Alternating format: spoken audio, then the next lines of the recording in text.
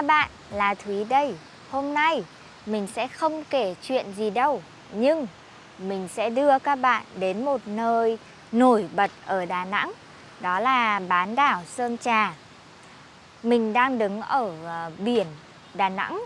Mọi người có thể nhìn thấy cái bờ biển kia. Và từ bờ biển Đà Nẵng mình có thể nhìn thấy bán đảo Sơn Trà ở kia. Và mình sẽ đi đến một vài nơi ở trên cái bán đảo Sơn Trà đó nhé.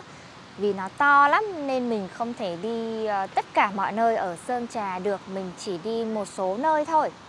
Bây giờ chúng ta bắt đầu đi nhé.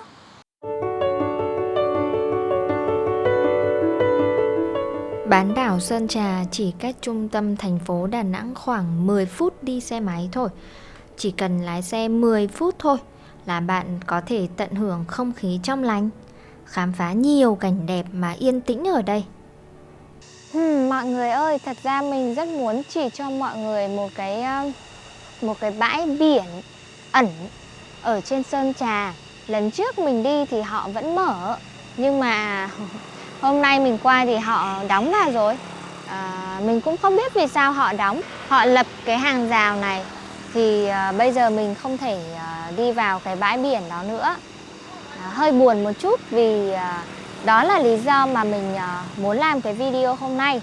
Muốn chỉ cho mọi người một cái bãi biển đẹp mà vắng người ở Đà Nẵng. Nhưng thôi không sao, có lẽ mình sẽ đi những nơi khác ở Sơn Trà vậy. Ở đằng kia là bãi biển bí mật mà mình muốn đến. Điều mà mình thích ở đó không chỉ vì có bãi biển đẹp mà còn có một dòng suối chảy từ trên núi chảy xuống biển. Và mình nghĩ ngoài cái lối vào mà mình đã chỉ cho mọi người trước đó thì có lẽ là không còn đường nào khác để có thể đi vào cái bãi biển đó. Nên thôi, bây giờ mình đi tiếp nhé.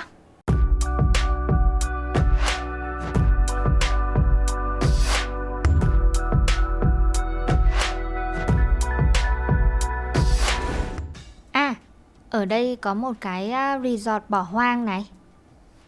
Đây là vọc trà vá. Ở Sơn Trà thì có những cái con này. Mình không biết là số lượng còn nhiều không, nhưng mà nó cũng được coi là động vật quý hiếm. Mình thì chưa gặp những cái con vọc trà vá này bao giờ. Nhưng ở trên đường thì mình cũng gặp rất là nhiều các con khỉ. Nó đi ra ngoài đường để nó xin ăn đó. Nhiều người họ nói rằng không nên cho khỉ ăn. Nhưng cũng có nhiều người họ nói rằng vì bây giờ cái môi trường ở Sơn Trà nó khác rồi. Nó có nhiều, có nghĩa là mọi người họ xây resort này hay là khách sạn này.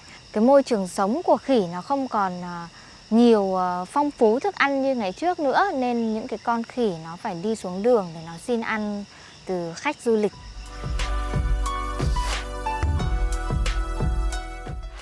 Từ trên này nhìn mới thấy biển thật là hùng vĩ nhỉ.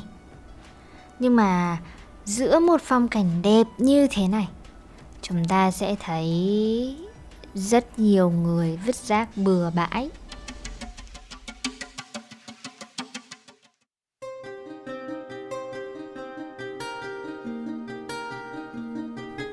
Ở kia là có một ngọn núi giống hình con sư tử biển. Các bạn thấy không? Chỗ đó gọi là Mũi Nghê. Ở đó có một cái hồ bơi tự nhiên nối với biển. Cảnh ở đó thì cực kỳ đẹp và hoang sơ. Đó cũng là nơi đón ánh nắng đầu tiên ở Đà Nẵng, nên ngắm bình minh ở đó là đẹp nhất. Tuy nhiên, muốn tới đó thì phải đi bộ qua rừng khoảng 2 tiếng. Cứ mỗi đầu hè là loại hoa trắng này sẽ nở, phủ trắng cả một phần bán đảo Sơn Trà. Nên mình đã đợi đến ngày hôm nay, đến cái khoảng thời gian này để đi quay clip ở Sơn Trà, để mọi người có thể thấy là Sơn Trà rực rỡ như thế nào. Còn bây giờ thì mình đi tiếp đến cây đa ngàn năm nhé. Đường đi xuống cây đa ngàn năm thì rất là dốc và gồ ghề, nên mình sẽ phải lái xe rất là cẩn thận.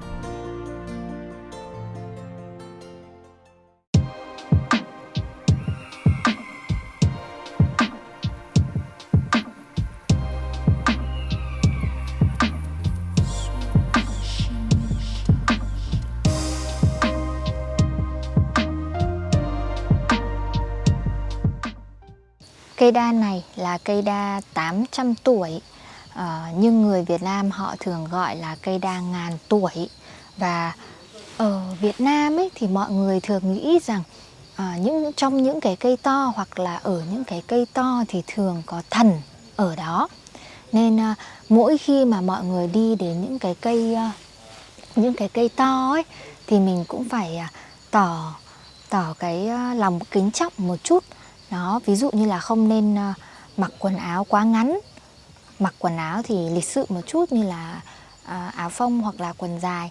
Hôm nay thì mình không nghĩ là mình sẽ đến cái chỗ cây đa này nên mình đã mặc quần sóc để mình nghĩ là đi rừng, đi xuống cái chỗ bãi biển đó thì cho nó tiện đó. Nhưng mà nên mình mặc quần sóc đến đây. Ở đây ngày trước cũng là căn cứ của lực lượng cách mạng Việt Nam.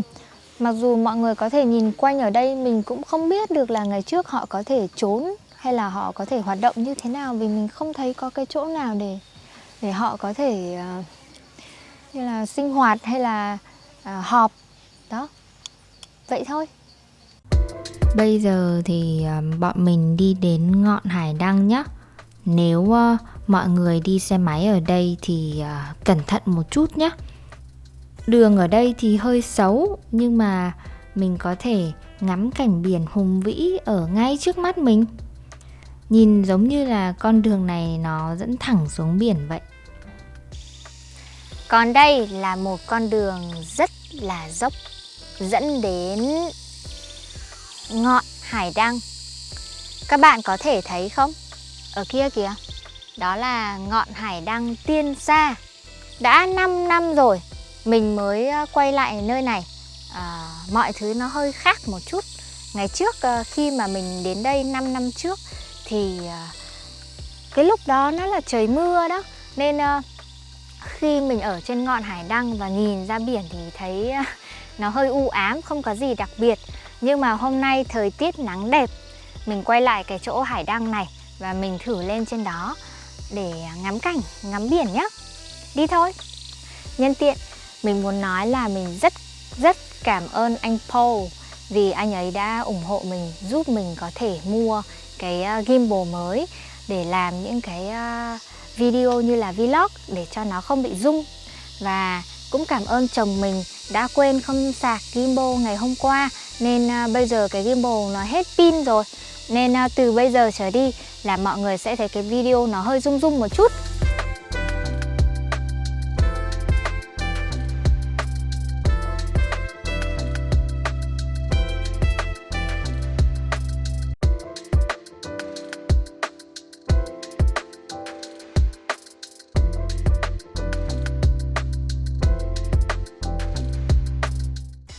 Mọi người ơi, đây là ngọn hải đăng. Mọi người có thể nhìn thấy là cái ngọn hải đăng này nó nhỏ nhỏ thôi, nhưng mà nó rất là xinh. Mình rất là thích cái cách mà họ sơn cái tường này, sơn cái cửa này, đó, rồi sơn cái đỉnh này.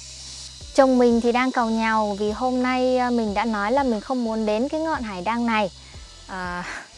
Bởi vì lần trước mà mình đến đây đó thì trời nó mưa rồi, nhìn mọi thứ nó âm u nên mình thấy nó cũng không có cái gì đặc biệt.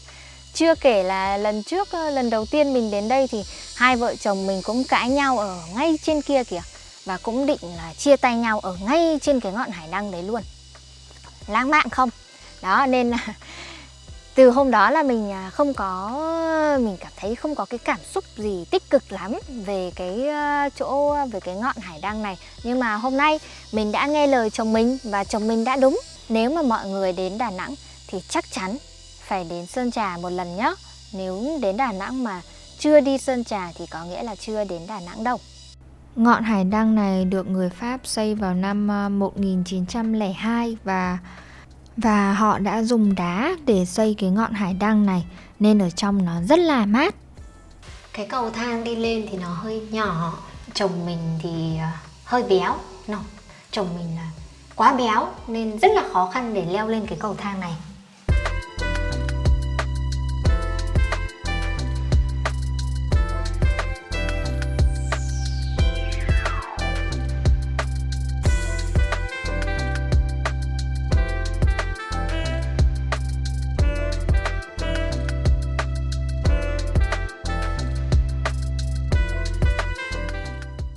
Mọi người ơi, mọi người thấy ở đây có đẹp không? Cảnh đẹp này, mà cũng yên tĩnh nữa. Mình nghĩ ngọn Hải Đăng Tiên Sa này là một điểm đến nhất định mà bạn phải tham quan khi bạn đến Sơn Trà. Ở đây thì mọi người có thể nhìn thấy là cái view ra ngoài biển này. Ở dưới này thì có nhiều cây xanh này, màu xanh lá này, rồi màu xanh biển của biển này, rồi mây trắng nữa, hoặc là màu xanh da trời của bầu trời nữa. Xanh lá, xanh biển, xanh da trời, trắng. Ồ, đó, vậy là học thêm được 4 từ về màu sắc rồi. Khi mà mình đứng ở đây đấy thì mình cảm thấy rất là dễ chịu. Vì hôm nay dù trời nắng nhưng mà gió từ biển vào rất là mát. Và vì ở đây cũng là một cái phần rất là xa ở trên Sơn Trà nên không có nhiều khách du lịch tới đây nên nó không ồn ào. Mọi người chỉ có thể nghe tiếng sóng này. Tiếng sóng rất là nhẹ đúng không? Hôm nay không có sóng lớn nên tiếng sóng nhẹ thôi. Rồi tiếng chim nữa, tiếng ve nữa. Rất là yên bình. Và mình nghĩ vậy thôi.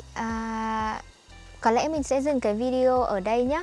Thật ra mình còn một vài nơi ở Sơn Trà mình cũng muốn đến và quay clip cho các bạn đó. Nhưng mà cái bộ nhớ của thẻ nhớ của mình nó sắp hết rồi. Nên có lẽ là mình sẽ hẹn dịp sau vậy. Nhân tiện thì mình muốn cảm ơn tất cả mọi người đã ủng hộ mình ở trên patreon.com và ko-fi.com. Vì nhờ có mọi người mà mình có thể dành thêm nhiều thời gian để làm những cái video clip mong là hữu ích cho mọi người. Vậy là đã xong phần 1 chuyến tham quan bán đảo Sơn Trà của mình. Và mọi người nhớ theo dõi cái kênh YouTube của mình để chờ và xem cái phần 2 về một vài địa điểm khác cũng rất là đẹp ở Sơn Trà nhé. Tạm biệt!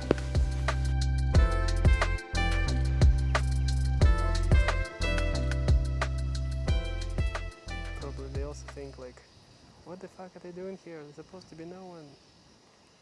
You know that we're still recording this one. I know.